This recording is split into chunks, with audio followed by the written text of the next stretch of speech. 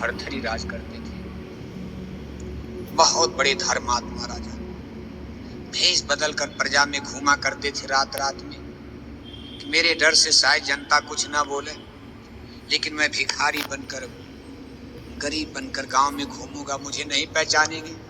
आड़ से मैं सुनूंगा अगर जनता को मुझसे कुछ कष्ट होगा तो लोग चौक चौराहे पर अपने घर में बात करेंगे कि हमारा राजा भ्रष्ट हो गया, पापी हो गया, जनता दुखी है। इसलिए ऐसे ऐसे राजा रात में भेष बदल कर घूमा करते थे।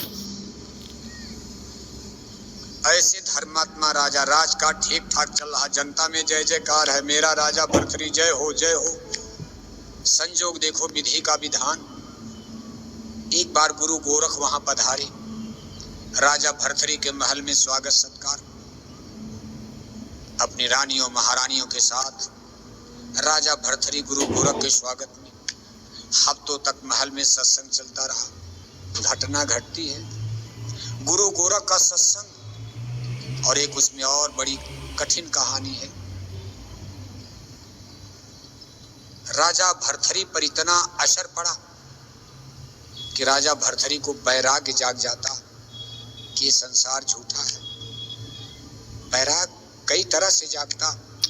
महात्मा बुद्ध ने मुर्दा देख लिया, अपने सारथी से कहते, सारथी ये कौन है? अरे कहा महाराज मुर्दा। अरे कहा मुर्दा क्या होता? अरे कहा महाराज ये मर गया। क्या मरना क्या होता? कहा आत्मा शरीर से निकल गई। क्या इसके बाद क्या करेंगे? कहा इसको ले जाकर आग में जलाया जाएगा। महात्मा बुद्ध कहते हैं अपने शरीर को देख रहे, उस समय उनकी उम्र 24-25 बरस के यंग, सोने की तरह से चमकता चेहरा, शरीर पर सोने चांदी पन्ने पुखराज के गहने लदे, रथ पर बैठ करके शाम को हवा खाने निकले। अब आगे 4 आदमी मुर्दा लेकर राम नाम सत्य है बोलते जा रहे। महात्मा बुद्ध वार्तालाप करते, सारथी कहता हुजूर ये मुर्दा है। कहा इसको क्या करेंगे? कहा हुजूर ले जा रहे हैं कहीं पेड़ के नीचे, कहीं जंगल में, इसको आग पर रखकर जलाया जाएगा। महात्मा बुद्ध ने कहा जलाया जाएगा? आदमी जलाया जाता है? फिर अपने शरीर की तरफ देख रहे, कहा मैं भी जलाया जाऊंगा। सारथी कहा था महाराज कोई नहीं बचता, आप भी जलाए जाओगे। अरे महात्मा बुद्ध ने कहा कितना बड़ा धोखा, मैं जल जाऊंगा, मेरी महारानी का क्या होगा? कहा महाराज उनको भी जलाया जाएगा।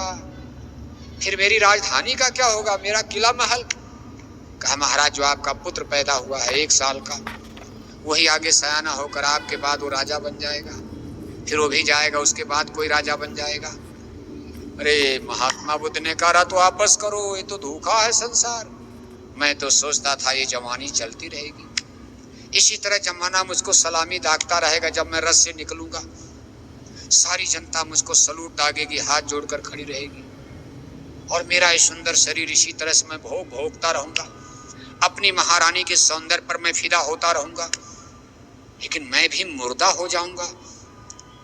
रथ वापस करो। और धोखा है, फिर सत्य क्या है? तो झूठा हो गया सब, महल झूठा, किला झूठा, सब झूठा, राजा झूठा, रानी झूठी, खजाना झूठा।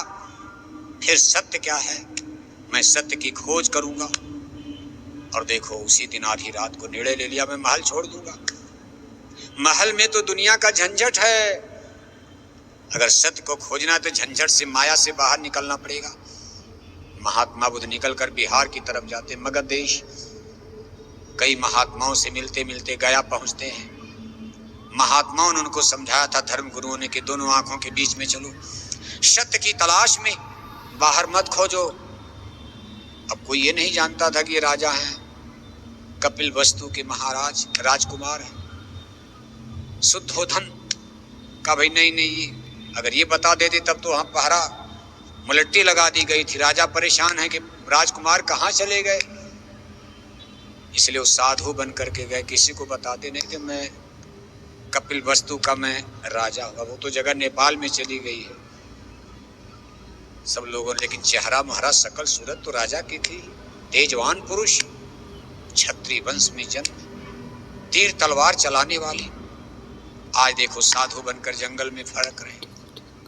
शाम को रोटी मिली, सुबह का ठिकान नहीं, फटे पुराने कपड़े हैं। इधर खोजा जा रहा, राजकुमार गए कहाँ?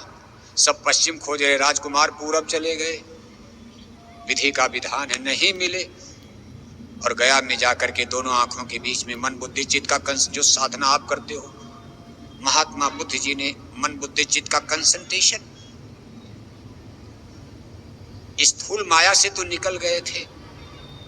किसी राजा के लिए इतना बड़ा त्याग बहुत है, जिसके पास जाड़ा गर्मी बरसात के अलग अलग महल बनाए गए, इतनी सुंदर जिसकी महारानी, साल भर का पुत्र पैदा हो चुका, सैकड़ों हजारों नौकर चाकर सेवा में लगे हों, फूलों की सेज लग रही, वो राजा जंगल में भूखे जमीन पर लेट रहा हो। ये मामूली त्याग आप समझ रहे हो? हम आप तो थोड़ी थोड़ी बात में झगड़ा करने लगते हैं, थोड़ी सी सुविधा ना मिले तो आश्रम में सत्संग में झगड़ा करते हो, हमको ये व्यवस्था नहीं मिली, ये नहीं मिली। किसी चीज को पाने के लिए सेक्रीफाइस करना पड़ेगा, बड़ी चीज को पाना है छोटी चीज छोड़ना पड़ेगा। लेकिन सब महात्मा बुद्ध बन जाओगे, ट्रैक्टर कौन चलाएगा? सब साधु बन जाओगे, रोटी कौन बनाएगा? रोटी कपड़ा मकान का इंतजाम कैसे होगा? इसलिए संतों ने कहा भाई अंदर में चलना, घर में ही चलो आप।